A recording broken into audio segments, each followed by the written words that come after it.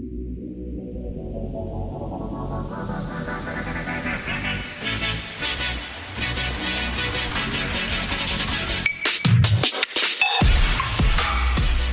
to the Entrepreneur Cast, your source for tactical lessons in entrepreneurship from a cast of entrepreneurs. I'm Sam McRoberts. And I'm Jayson Demers. And today we're going to talk a bit about how to start a business with little or no money. Yeah, so this is a good topic because there's a lot of people who are finding themselves out of work right now, Sam. What's the number up to in the US? Like 20 million people unemployed or something insane like that? More? Yeah, last I heard, I think it was like 15 million people have lost their jobs so far, and this is maybe a few days old or a week old or something. So it's rough. That's insane.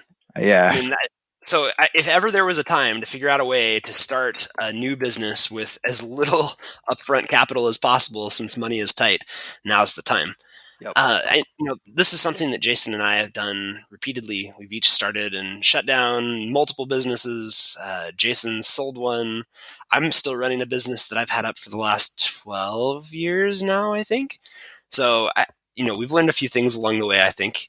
Definitely. I feel like the best place to start would probably be talking about what sorts of businesses. What kind of business should I start? Really, there's a lot of subcategories, but I think you can break them down essentially into two things. You're either providing a service of some sort. You're doing something for someone else, and they're paying you for it. Or you're providing a product. You are building something in some fashion, whether it's physical or digital, and somebody else is buying it from you. Can you think of another bucket there, or would everything fit under those two? I feel like products and services. I feel like those are the main two buckets. I mean, you can like you said, a product can be physical or digital, and that would be the only caveat. But yeah.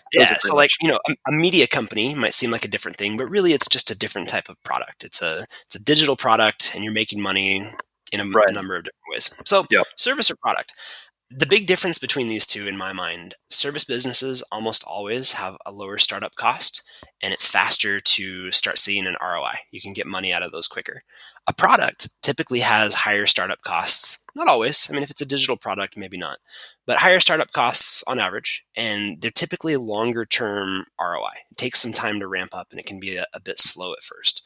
So with this in mind, starting a business with little or no money, if you're trying to get out of the gate and start pulling in cash right now, I would go with some sort of a service business. Next best would probably be a digital product. Yeah, and we'll talk about some ideas for businesses that you could use that kind of fall under both buckets. We'll talk about those later on, but yes, yeah, I agree. Pick whether it's going to be a service or a product. If it's a product, it's probably cheaper to do a digital product, but we'll get into that. So the next step, Sam, would really be forming your business entity. Yeah, I mean, and there's a lot of different ways to do that. It depends so much on the business and how much money you want to spend and how many loopholes you want to jump through. It's not very straightforward. Well, let's say I want to jump through the least amount of loopholes and spend the least amount of money. What should I do? If I want to, I know I need to form a business entity, but I don't know what I need to do beyond that. So Sam, what should I do? Cough, cough. I'm not a lawyer and this is not legal advice. So take it with a couple of grains of salt. I would generally say your best bet is probably going to do some sort of an LLC. An LLC is going to provide you with a layer of protection against liability. They're very easy and inexpensive to start up. In most states and places, you can have a single member LLC if you just want to do it by yourself. And that's enough to get a business bank account, a merchant account, like all that stuff. So for most people, I would say an LLC is fine. One of the key exceptions, though, is if you are starting a business that you plan to raise venture capital of some kind, if you're going to be raising money from other people to get your business up and running, you're going to need a C Corp. Even if you don't start with one, they're going to, if you try and raise money from a venture capitalist, they're going to force you to change it over to a C Corp anyway when you do the raise. So you might as well just do that up front. But a C Corp does come with a lot more tax headaches and paperwork to jump through. So keep that in mind. So let's say that I want to keep it simple, keep it small. I'm not going to try and raise money, at least not for a while. I just kind of want to, I want to start maybe a side gig, or maybe it's my main gig because I've been laid off from the coronavirus crisis. So you're telling me, I know that I can do either an LLC, a sole prop, or an S Corp or a C Corp, but it sounds like LLC would be your recommendation, right? Typically, yeah. So sole prop, essentially just means there's one person running the business. So an LLC could be considered a sole prop. You can also like run a business under your own name. If you were to go to a bank and say, hey, I want to set up a business account. All right, well, what name are we going to put on it? You could say like your name plus something, Sam McRoberts Enterprises.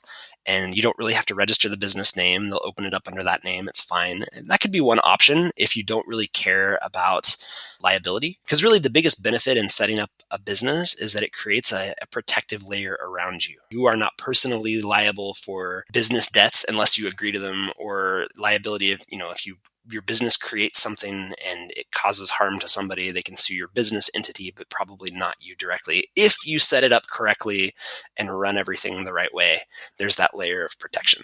But depending on what you're doing, maybe you feel like you don't need that, and you might not. Yeah, so the main benefit of setting up an LLC essentially is just shielding, right? It's protection from liability in case something goes wrong with your business. Yeah, and I mean, like I've heard of people sticking all kinds of things in LLCs. You can stick vehicles, houses, trusts. I mean, all kinds of things can be wrapped up inside a business entity for that extra layer of protection. So usually that's the easiest, cheapest, fastest way to get a business up that will have the lowest number of financial and tax loopholes to jump through. But Agreed. And I'm not very knowledgeable about the different entities and structures and what the pros and cons are, but I will say that I have been advised by my lawyer that that is the way to go. So let's say that I want to do an LLC. How should I set that up, Sam? So for an LLC, I mean, LegalZoom is pretty easy. They basically charge you a fair bit of money to hand you the paperwork you have to fill out. Like in a lot of states, you can quickly and easily spin up an LLC online. It's not super difficult or time consuming. So you'll pay a bit of a premium to do LegalZoom, but they'll walk you through everything step by step. And it's not that much. So it's probably worth it. If you're going to be setting up a C Corp, something like Stripe Atlas is really good. I think it's like $500 and it comes with a merchant bank account, a Stripe account. They walk you through the steps of everything. So if you're planning to raise venture capital of some kind, running it through Stripe Atlas would be pretty inexpensive and very thorough. So I'm not familiar with Stripe Atlas, but I have used LegalZoom on probably a half a dozen occasions for this and that. Like I've used them to file trademarks. I've used them to Same. set up LLCs. So I can vouch for LegalZoom. So if you're like, what is LegalZoom? Just go to LegalZoom.com. It's essentially a service where it sort of makes legal documentation, paperwork, and all this kind of stuff. It makes it simple, and it's a pretty reasonable price. They also have a community where you can ask lawyers questions. Essentially, they handhold you through the process, and they kind of tell you, all right, here's what you need to do: sign here, print this out, mail this in, blah blah blah. They'll tell you exactly what to do. You just follow the steps they tell you to do, and at the end of the process, you'll have an LLC or you'll have a trademark or whatever it is you need. So I can definitely vouch for LegalZoom. They make it simple, even if you don't know anything about this stuff. It's really, that's who it's meant for, is just people who just say, just tell me what to do and I'll do it. So it's pretty good. Another couple layers of things to consider is where you want to run the business. So, I mean, if you're in the US, you live in the US, it probably makes sense to set up a business in the US. If you don't live in the US, depending on where you are, there's a lot of different places you can set up a business. You could set up a business in the Cayman Islands or the Bahamas or Belize or Singapore or Hong Kong, Estonia, like that. Essentially anywhere. And each different jurisdiction has pros and cons, has tax consequences, has different costs. And there are some instances where setting up an offshore business may make a lot more sense than having one inside your country. Some countries provide better protection, better court systems. So that's another layer to consider, but probably beyond the scope of a simple no-cost startup business. Sure. So, so that, on that note, Sam, I know that when you set up a business entity, you will typically, if you're in the United States at least, you'll set it up within your state, and that there's a different process depending on what state you live in. I'm not sure of the process if you're outside of the United States, because I've never set up an entity outside of the states, but there's probably information on your local government website about Yep. about what you need to do. Yeah, in the US, I mean, for the vast majority of people, you're going to be setting up in your state. If you live in Utah, you're going to be setting up a Utah LLC. You're going to get your bank account from a Utah bank. That's the straightforward way to do it. Tax wise, an LLC is usually, unless you do like an S corp election, you can have an LLC treated like a corporation, and it's a little different. But most LLCs are what's called pass through entities. So essentially, the money is going right through the LLC and to you as the owner. So you're going to be paying payroll taxes, right? For you, it'd be self-employment taxes. Normally, when you have a job, your company that you work for pays half of the payroll taxes, and you pay the other half. When you're self-employed, you pay it all. It's like 15.3%, I think, and that's off the top of your net profit after business expenses, but before paying yourself, you're going to be paying that on all of that. Yeah, let's just take a minute and just talk about taxes, because it's kind of a lame thing to talk about, but it's so critical. When you go self-employed, your taxes are going to be higher than you've ever realized or known. And it's a big deal. And I've seen a lot of friends, colleagues, and coworkers who have either started a side gig or they have full blown gone and started their own business. And that first year, when the tax bill comes in, it just hammers you because you don't Yes. expect it. And I've seen it kill several businesses just in the first year because they said, well, I don't know where I'm going to get the money to pay this. I didn't save up enough to pay this kind of tax. So And this is it's bad. this is good, right? Like and this is something you need to plan for in advance, which is why typically with self-employed businesses, you're required to file quarterly. So once a quarter, you tally up your revenue, what you owe on it, estimated on based on what you're going to end up making that year. You pay in 1/4 of what you think you're going to owe for the year, and you do that quarterly. There are exceptions; it gets complicated. Sometimes it's more often, sometimes it's less, but generally it's going to be quarterly. I would highly recommend when you create your business bank account, also set up a savings account in there, and each quarter move whatever portion of your taxes into that savings account and leave it there. Don't touch it. I'd say like 25% or 30% of all money you make, all your profit, move it into your savings account and just consider it gone to taxes. It's probably safe. Yeah, 25, 30%, I think you'll be safe. And then here's another thing to consider. If you live in certain states like Washington, you also have to pay a revenue tax. And that means you have to pay a percentage of your revenue, not your profit, but your revenue, which really sucks because that means that you could make $100,000 in revenue, but have $150,000 in costs. So you've got a net negative of 50,000. You still have to pay taxes on your revenue. This is another one where like it depends on how much your business makes. It depends on what type of business it is. So I mean, for all of this, you should consult a lawyer. I get that you can't always afford to consult a lawyer, especially if you're trying to start up a business with very little money. You could look at something like Rocket Lawyer that has a lot of free legal resources. Dig through that and get some answers to some of this stuff. But in general, for this type of thing, you're going to need to talk to a lawyer just to make sure you're doing things above board, because governments are not forgiving. No, they're not. And again, LegalZoom, back to LegalZoom, they do have a service where you can go chat with a lawyer or get on the phone with one, and you'll pay a pretty reasonable hourly fee, and you can ask these sorts of questions. Like Sam said, not ideal for somebody who's trying to start a business on little to no money. So if you want to start with literally no money, then you would just need to do all this research yourself. But if you're just someone who says, "Look, I'm down to pay some money to somebody else to tell me about this stuff," then yeah, consult with a lawyer on this. I feel like LegalZoom should be a sponsor now. I mean, they're not, but Well, they ought to be. after this episode, yeah, and yeah, they're not a sponsor, but maybe next time. We have used them, and this is legitimate recommendations for them. So good on them. Another thing to think of is going to be costs. So each business is going to have a set of costs and expenses to run and maintain that business. And it's going to vary from business to business and from location to location, like all of this stuff. But it could be licenses and permits. It could be business supplies, depending on your type of business, or equipment needed to run the business.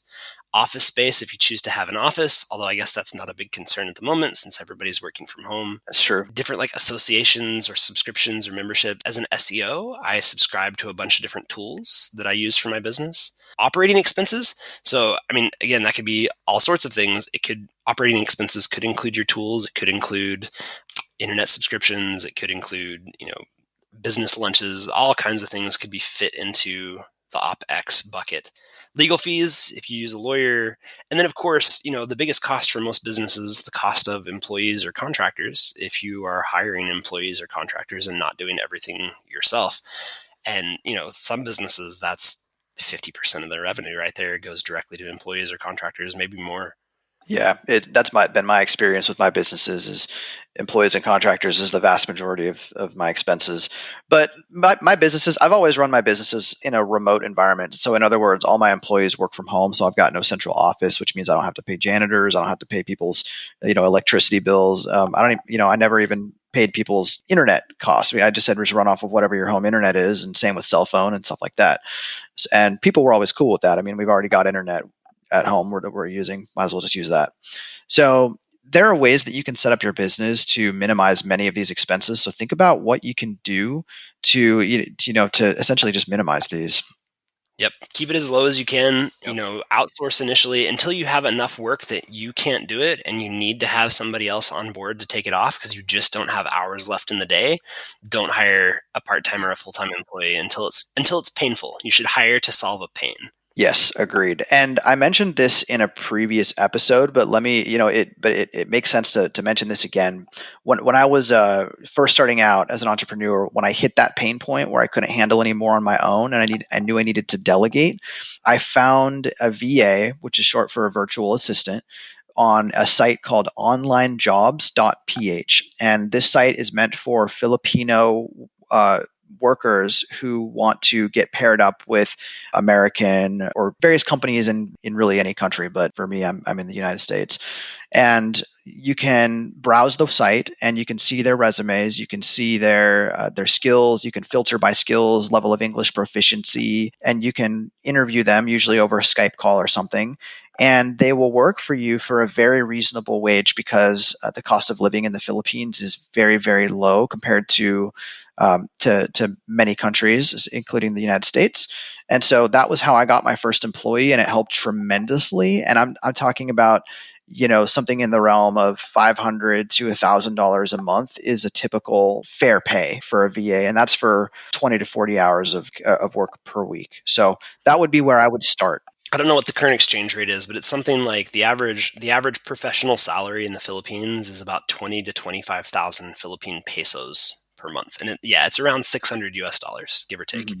Yep. Plus that 13th month thing they do in December.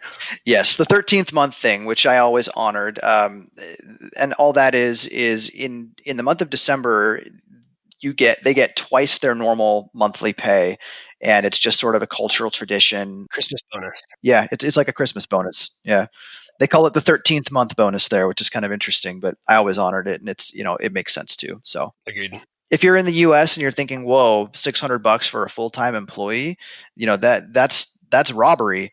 Well, it's really not, because that's how low the cost of living is in the Philippines, and they get by just fine with that kind of pay. One of my favorite books, forever has been The 4 Hour Workweek, right? It came out, gosh, almost 13 years ago. And that was one of the things that Tim covered in there was the idea of geo arbitrage, right? Things Yes. don't cost the same in every place. And so when you're just starting out and you're trying to keep your expenses low, it makes sense. It makes sense to try and find somebody whose skill and language abilities provide exactly what you need, but who don't cost as much as somebody in the location you are. This is one of the things I think, a sidetrack, but one of the things that sets places like San Francisco and New York back is that if you start a business in one of those places and you insist on hiring only local employees, you're essentially forced to pay enormous salaries to these people just so they can afford to live in those highly expensive cities. And it's absurd at this point for a lot of roles that can be done remotely. Why would you pay $250,000 a year for somebody in San Francisco when you can find somebody in the Philippines who's got a very comparable skill set for $600 a month? It makes no sense. Yeah, and geo arbitrage, I love it. I used this in my last business where, so like I said, my business was fully remote, and so what I would do is I would set up LinkedIn and Craigslist job listings, and I would target specific regions that are specifically known to be low cost of living. So like Utah, for instance, or Idaho are very low cost of living states in the U.S. So I would target job ads to those people in those states, knowing that if I find candidates here, their salary expectations are going to be far lower than if I find somebody in California or Washington or New York or Massachusetts. So I specifically leveraged geo arbitrage, and it worked great. I found phenomenal employees in these places, total all stars, and to them, their salary expectations were half of what somebody in Seattle wanted. And it really it is smart to think about where you're hiring from, not just who, but where are they from? What kind of expectations do they have? And this idea, right? This is essentially the in-house versus outsourcing debate. And in some cases, you may have a role where it makes sense to have that person in-house. But the reality is, in a lot of cases, outsourcing just makes more sense. It allows you to be more flexible.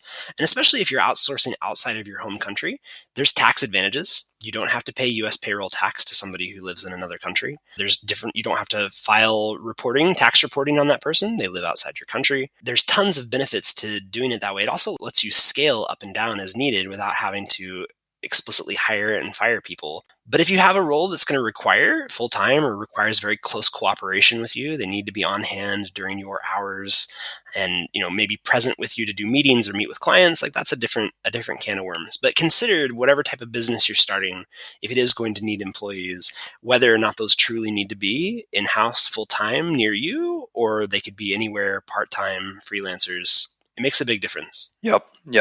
So Sam, what are some business ideas that you can think of that you could start, that somebody could start today, right now, with little or no money? Okay, so I'm biased for sure, but anything in the online marketing space, which is what we do, has a very, very low barrier to entry, and it's easy to spin up. And it could be content writer, it could be somebody doing SEO, it could be paid search. There's a guy named Ben Adkins, and he has a site. I want to say it's Closers Cafe, but he's got this post on essentially how to start a 6-figure social media agency in 30 days or 90 days. It's beautiful. It's a fantastic article. I'll link to this one in the show notes.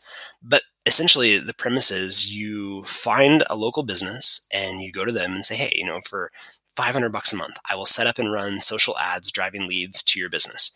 And you just do that. You go business to business. You start off by like popping in and dropping off a box of donuts with your contact info on it. Don't say anything. Just say, hey, love your business. Wanted to drop these off. Have a great day. Right. Then reach back out and contact them, in a day or two and be like, hey, I dropped off the donuts. I wondered if there'd be a time I could talk to you about helping you out with some ads for your business. I'd love to set up and run, Facebook advertising to drive people to your business. And you just do this over and over. And setting up and running social media ads for a small local business, the ads are relatively inexpensive. The time to set it up is low. It's not going to take you much time to manage on an ongoing basis. The expectations at that amount of money are, again, fairly low. This is an easy thing to spin up. You get 5 or 10 of these businesses paying you $500 a month or $1,000 a month. You spend half of that on ads, and you have a pretty good living. It took you very little time, very little effort to do this. So I like that concept. So anything content writing, SEO, paid search, anything digital marketing that you could spin up quickly would be a great set of jobs. I can totally vouch for this, Sam. When I was just leaving college, I got my first client. I didn't even have a business yet, but I was walking down. I was in a street fair at my sort of in the local college where I was at, and I spotted a tent that was set up by a dog food company, and it was the company of the food that I fed my dog at the time. Nice. I walked up to the tent and I said, "Hey, I've been feeding your dog food to my dog for the last, however many years. It's great. My dog loves it." And the guy who was at the tent, he turned out to be the owner of the company, and he shook my hand and said, "Thank you. It really means a lot to hear that." And I said, I've seen your website and stuff, and I've got some ideas for how you guys could really do better on social media and SEO. Would you be interested in hearing my ideas? And he said, absolutely. We'd love to hear about that. Do you have a card? I didn't actually have a business card on me at the time, so I said, no, I don't. But he said, well, here's mine. Give me a call. So I took his card, gave him a call, got in touch, and he became my first client for Audience Bloom, which became my agency that I would run over the next 9 years, which evolved from that one client because he word of mouth referred me to various other clients who in turn referred me to more. And that business bloomed, if you don't mind me using a reference to the name of the business itself, into a multi-million-dollar operation, which I eventually sold. And that started with me walking up to one guy and offering him social media and SEO consulting services. And it all started from there. So I can highly vouch for this, that it works. And the reason this works so well, particularly with small local businesses, a lot of which are struggling right now, is just that the people running those businesses, they can't be jacks of all trades. Like they have the core parts of their business they're responsible for and focused on, and they just can't be expected to know or do everything. And so if you can take something off their plate, help them make more money, remove a headache at the same time, like that's a pretty easy sell. And when you start off with amounts that are relatively low, like $500 a month or $1,000 a month is not a tremendous amount of money for a small business. And if you can show real value, you actually drive leads to that business and help their business to grow. It's a no-brainer. It's a good place to start. Agreed. The next thing I want to talk about is creating and monetizing your own content, and you can make a business out of this. So some examples would be streaming on Twitch. If you're like, what's Twitch? That's I think we've touched on it before, but Twitch is a service where you can, mostly it's gaming. You can play a video game on stream while other people watch. You interact with your stream, people who are on your stream, by just sort of chatting with them. They chat with you, and you can talk back to them while you're playing, and they will donate tips to you. They will subscribe to your Twitch channel, which is a minimum of $5 a month. And you can get enough Twitch, you can build up your Twitch audience and make money off of it. There's a lot of people who are doing this. So that's one example. Yeah, let's see. I mean, like we did, you could start a podcast or a YouTube channel. I mean, essentially, like you become a creator of your own content and you find ways to monetize it. So hopefully not a starving artist, but a well-paid artist.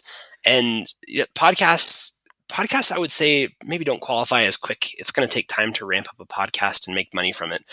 Unless, you get lucky or you pick a really unusual, highly monetizable niche. A YouTube channel can take off right out of the gate, or like TikTok. I mean, I'm hearing stories now of people within a matter of months spinning up TikTok channels with millions or tens of millions of followers and getting six-figure advertising sponsorships like right out of the gate. So, your mileage may vary depending on your skills as a content creator and how promotional and timely you can nail that. But there's definitely money to be made doing that. Yeah, I look at popular YouTube channels, and I look at one like Real Life Lore.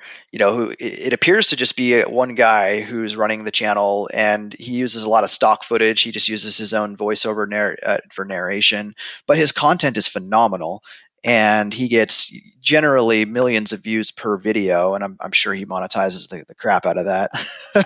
Another shout out that I got to give is to a blog that, Sam, I think you and I are both fans of, and it's waitbutwhy.com.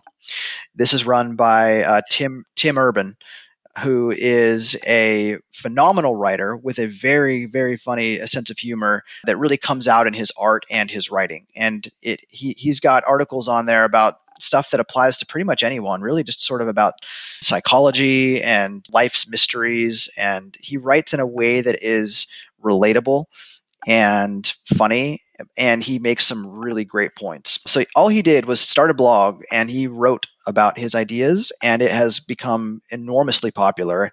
Last I checked, he had, hundreds of thousands of people on his email newsletter. He's got a Patreon, which we'll touch on in a sec, but he's got a Patreon that has thousands of members, and he has been invited to be a TED Talk speaker, among many other gigs that he's gotten as a result of his blog. So shout out to Tim Urban. I love that blog. Sam, do you want to touch on Patreon and how people can use that?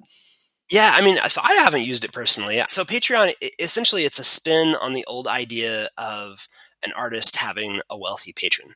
Except in this case, instead of one wealthy patron, you have lots and lots of small patrons paying $5, $10, $20 a month to essentially support what you create. And you have different tiers and different things that you provide. So maybe your lowest tier, they're included on a private email once a week, or they're invited to a group Q&A once a month. And then at each additional level, something special, a handwritten letter or a private Zoom call, or, whatever you want to do in there. But the idea is you build up a fan base, and then you give them the opportunity to pay varying amounts of money for extra stuff and extra access to you as the creator. Yep, that's right. And then Patreon takes, I think, 8% of whatever you make per month, and they take that as their fee, which I think is fairly reasonable. So Britt, that's my wife, she uses Patreon for What's Good Games. That's her podcast, and it does very, very well. She uses it as sort of an exclusive membership group, and people feel special to be part of the group. They get special communication from the girls. They get, various additional perks. They get a handwritten note every month and just other sorts of perks for being in the group. And they make money from it, and they also improve brand and listener loyalty through it. So that's a great way to monetize your content as well. Yep. Well, it might not be as effective right now. Another thing you could do would just be services. So we talked a little bit about like digital marketing services, but any sort of physical service, whether it's dog walking, maid service, pet sitting, babysitting, handyman. Service businesses are pretty reliable. The downside is that they don't scale well. It takes your time and it's difficult to outsource. But they can. I mean, in some cases they can scale. And right now, maybe physical presence services aren't going to be your best bet. Some exceptions. But something to consider because again, low startup costs, it's just your time. Get customers by going out and talking to people. Don't really have to spend much on advertising if you're a personable, salesy sort. And yeah, low barrier to entry. Yeah, one of my first jobs when I was a kid was I was a dog walker, and the way I got clients was I just walked into my grocery stores. I talked to the manager and I asked if I could put up just one of those pieces of paper that has like the little cutout Yeah. tear offs at the bottom, with my name and number. And they said, sure, go ahead and do that. And so I put them up on their bulletin board, and customers would see it. They would take a little tear off of my name and number. They'd call me and they'd say, yeah, I need to have my dog walked. Can you come between 4 and 5 p.m. every day? And sure. And then they'll pay to do that. And so for me, that was one of my first jobs, but it's an example of something that you can do with no costs at all. It just takes time and you can go do that. Yeah, time. I think mine was I did a paper route and a lawn mowing business. I had a paper route too. I remember that. So yeah, these are all good ideas. I don't really have any other ideas. What about you, Sam? No, I mean that's it, right? So like these have been primarily service, some product, I guess the digital product. Other products, so it's maybe not as effective right now, but like drop shipping and Amazon fulfillment, like FBA type businesses would be one potential idea, especially if you're in a niche that's seeing a lot of growth right now, like masks or survival stuff. You could also do like create your own product and brand, use something like Instagram ads to promote your product. And that's not too complicated, a little bit more upfront cost to get inventory unless you're doing drop shipping. But a couple other options. But yeah, I mean, the sky's the limit. I bet if you were to go out and search for like 100 startup ideas or 100, inexpensive business ideas, like there's probably lists galore out there of things that you could do. Yeah. But look for something. I would say this. I would say look for something that wouldn't feel like work to you. Like you would, if you did this all day, every day, you would actually enjoy it. It's something that you could get some pleasure out of, that you're interested in, that would let you have experiences or interactions that you would enjoy. Like try and find something that's not going to feel painful, and you'll probably be able to stick with it longer and make it into more of a success. Don't pick something just because it pays well if you're going to absolutely hate it, because you're going to burn out so fast and regret that so hard. Yeah, that's such important advice. If you don't want to do what you're doing, you will burn out. And in my experience, I've seen too many people try and they just burn out and they fail. You have to be doing something that you are internally motivated and driven to do, or else you'll stop doing it. Yep. Eventually.